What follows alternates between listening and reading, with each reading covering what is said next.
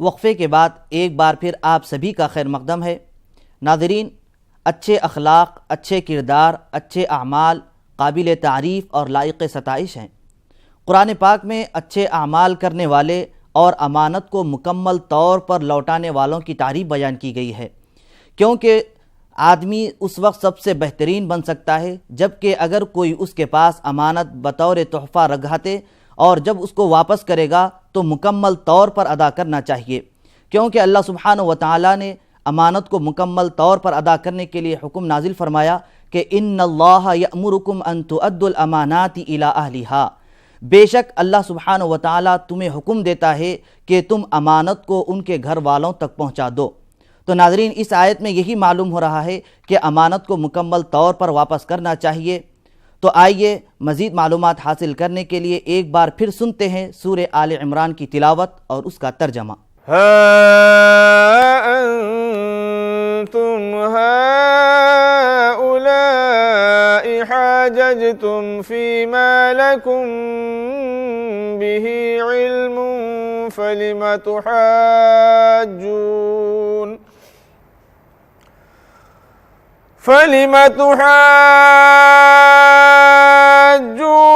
فيما ليس لكم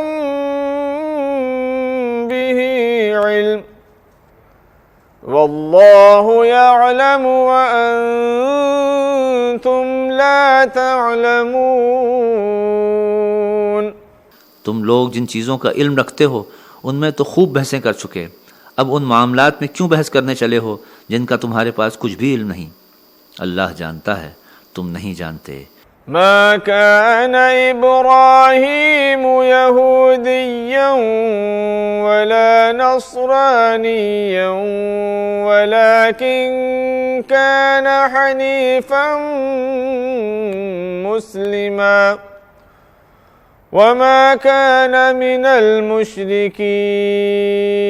ابراہیم نہ تو یہودی تھے اور نہ عیسائی، بلکہ سب سے بے تعلق ہو کر صرف اللہ کے ہو رہے تھے اور اسی کے فرما بردار تھے اور مشرکوں میں سے نہ تھے۔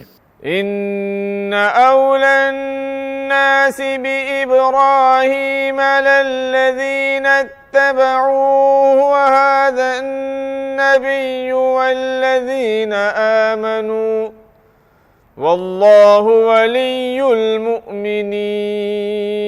ابراہیم سے نزدیک ترین وہ لوگ ہیں جنہوں نے ان کی پیروی کی، اور یہ پیغمبر اور وہ لوگ جو ایمان لائے، اور اللہ ایمان والوں کا کارساز ہے۔ وَدَّتْ طَائِفَةٌ مِّنْ أَهْلِ الْكِتَابِ لَوْ يُضِلُّونَكُمْ وَمَا يُضِلُّونَ إِلَّا أَنفُسَهُمْ وَمَا يَشْعُرُونَ۔ مسلمانوں، اہل کتاب میں سے ایک گروہ تو یہ چاہتا ہے کہ کسی طرح تم کو گمراہ کر دے، حالانکہ وہ اپنے آپ ہی کو گمراہ کر رہے ہیں اور اس بات کو نہیں سمجھ رہے ہیں۔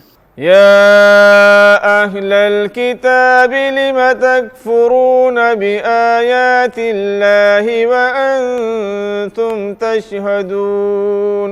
اے اہل کتاب، اللہ کی آیتوں کا کیوں انکار کرتے ہو حالانکہ تم خود تورات کو مانتے ہو؟ اے اہل کتاب، تم کیوں حق کو باطل کے ساتھ ملاتے ہو اور جان بوجھ کر کیوں حق کو چھپاتے ہو؟ یا اہل الکتاب لم تلبسون الحق بالباطل وتکتمون الحق وانتم تعلمون۔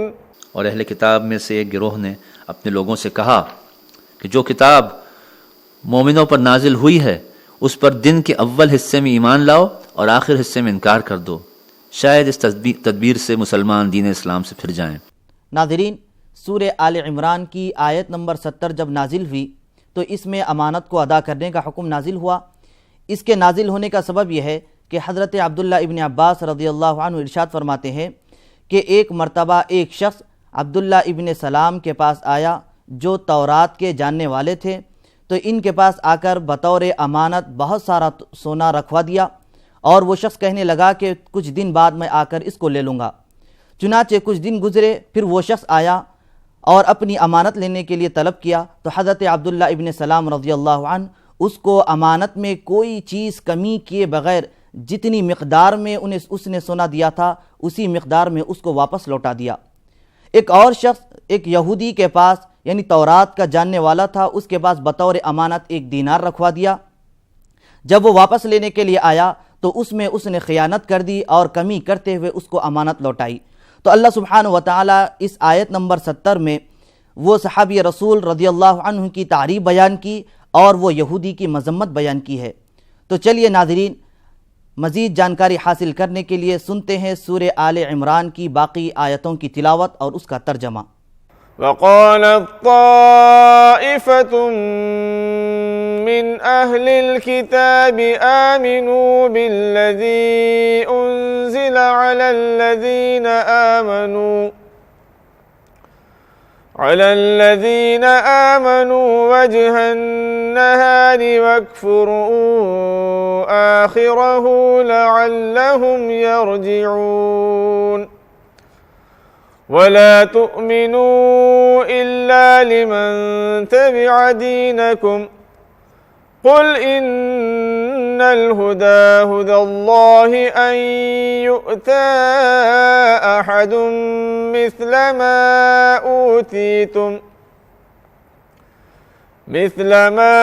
أوتيتم أو يحاجوكم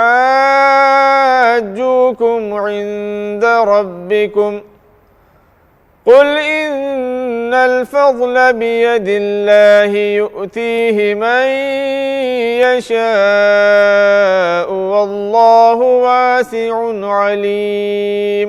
اور دیکھو، جو لوگ تمہارے دین کی پیروی کرتے ہیں ان کے سوا کسی اور کی بات پر ہرگز یقین نہ لاؤ۔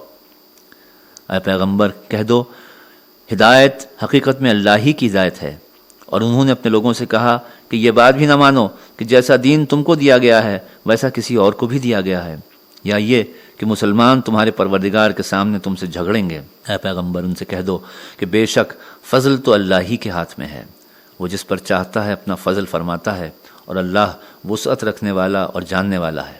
يختص برحمته من يشاء والله ذو الفضل العظيم۔ وہ جس کو چاہتا ہے اپنی رحمت کے ساتھ خاص کر لیتا ہے، اور اللہ بڑے فضل والا ہے۔ ومن أهل الكتاب من إن تأمنه بقنطار يؤده إليك ومنهم من إن تأمنه بدينار لا يؤده إليك إلا ما دمت عليه قائما ذلك بأنهم قالوا ليس علينا في الأميين سبيل وَيَقُولُونَ عَلَى اللَّهِ الْكَذِبَ وَهُمْ يَعْلَمُونَ۔ اور اہل کتاب میں سے کچھ لوگ تو ایسے ہیں کہ اگر چاندی سونے کا ڈھیر بھی تم ان کے پاس امانت رکھو تو وہ جوں کا توں تمہارے حوالے کر دیں، اور ان میں بعض ایسے بھی ہیں کہ اگر صرف 1 دینار ان کے پاس چھوڑ دو تو وہ دینے والے نہیں، جب تک تم ہر وقت ان کے سر پر کھڑے نہ رہو۔ یہ بددیانتی اس لیے ہے کہ وہ کہتے ہیں کہ ان جاہلوں کے بارے میں ہم سے باز پرس نہ ہوگی، اور ایسا کہہ کر وہ اللہ پر محض جھوٹ بولتے ہیں، حالانکہ وہ اس بات کو جانتے ہیں۔ بَلَى مَنْ أَوْفَى بِعَهْدِهِ وَاتَّقَى فَإِنَّ اللَّهَ يُحِبُّ الْمُتَّقِينَ۔ ہاں، جو شخص اپنے عہد کو پورا کرے اور پرہیزگار رہے تو اللہ پرہیزگاروں سے محبت کرتا ہے۔ إن الذين يشترون بعهد الله وأيمانهم ثمنا قليلا أولئك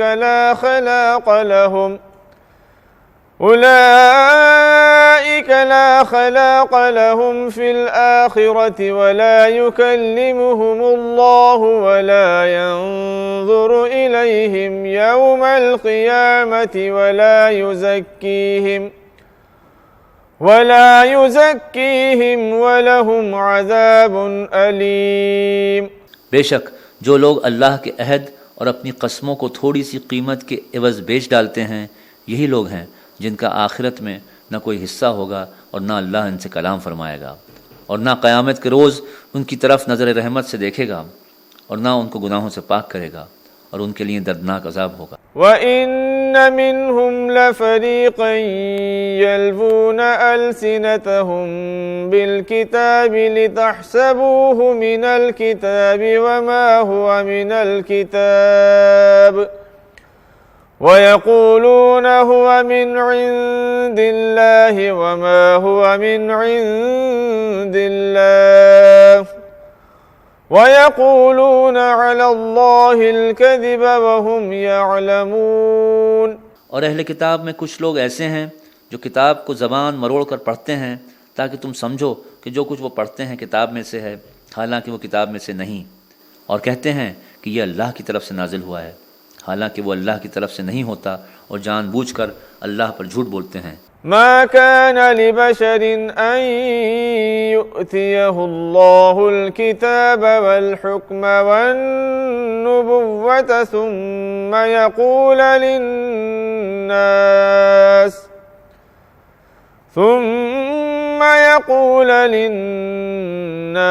كونوا عبادا لي من دون الله ولكن كونوا ربانيين بما كنتم تعلمون الكتاب وبما كنتم تدرسون۔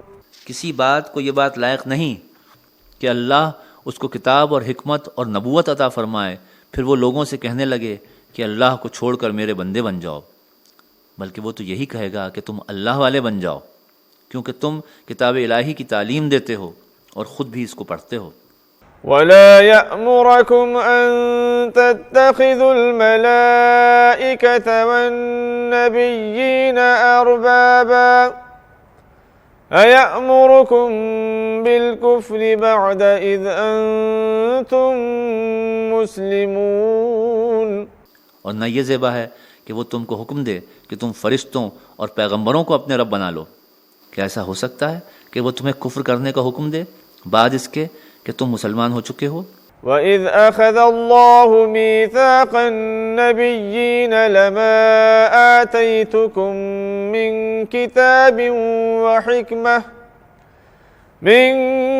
كِتَابٍ وَحِكْمَةٍ ثُمَّ جَاءَكُمْ رَسُولٌ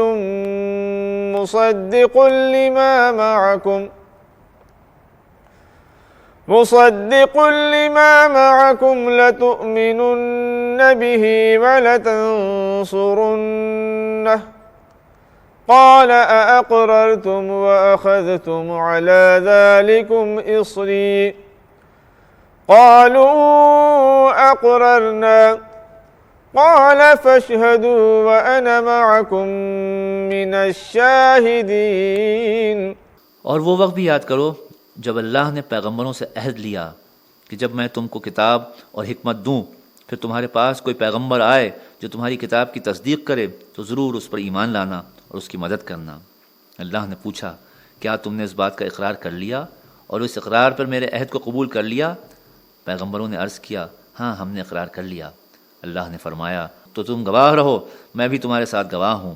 صدق اللہ العظیم۔ اللہ سبحانہ و تعالیٰ سے دعا ہے کہ ہم تمام کو اعمال صالحہ کرنے اور امانت کو مکمل طور پر ادا کرنے کی توفیق نصیب فرمائے۔ کل انشاءاللہ دوبارہ اسی وقت سورہ آل عمران کی تلاوت اور اس کے ترجمے کے ساتھ حاضر خدمت رہیں گے۔ تب تک کے لیے ہمیں اور ہماری پوری ٹیم کو اجازت دیں۔ اللہ حافظ۔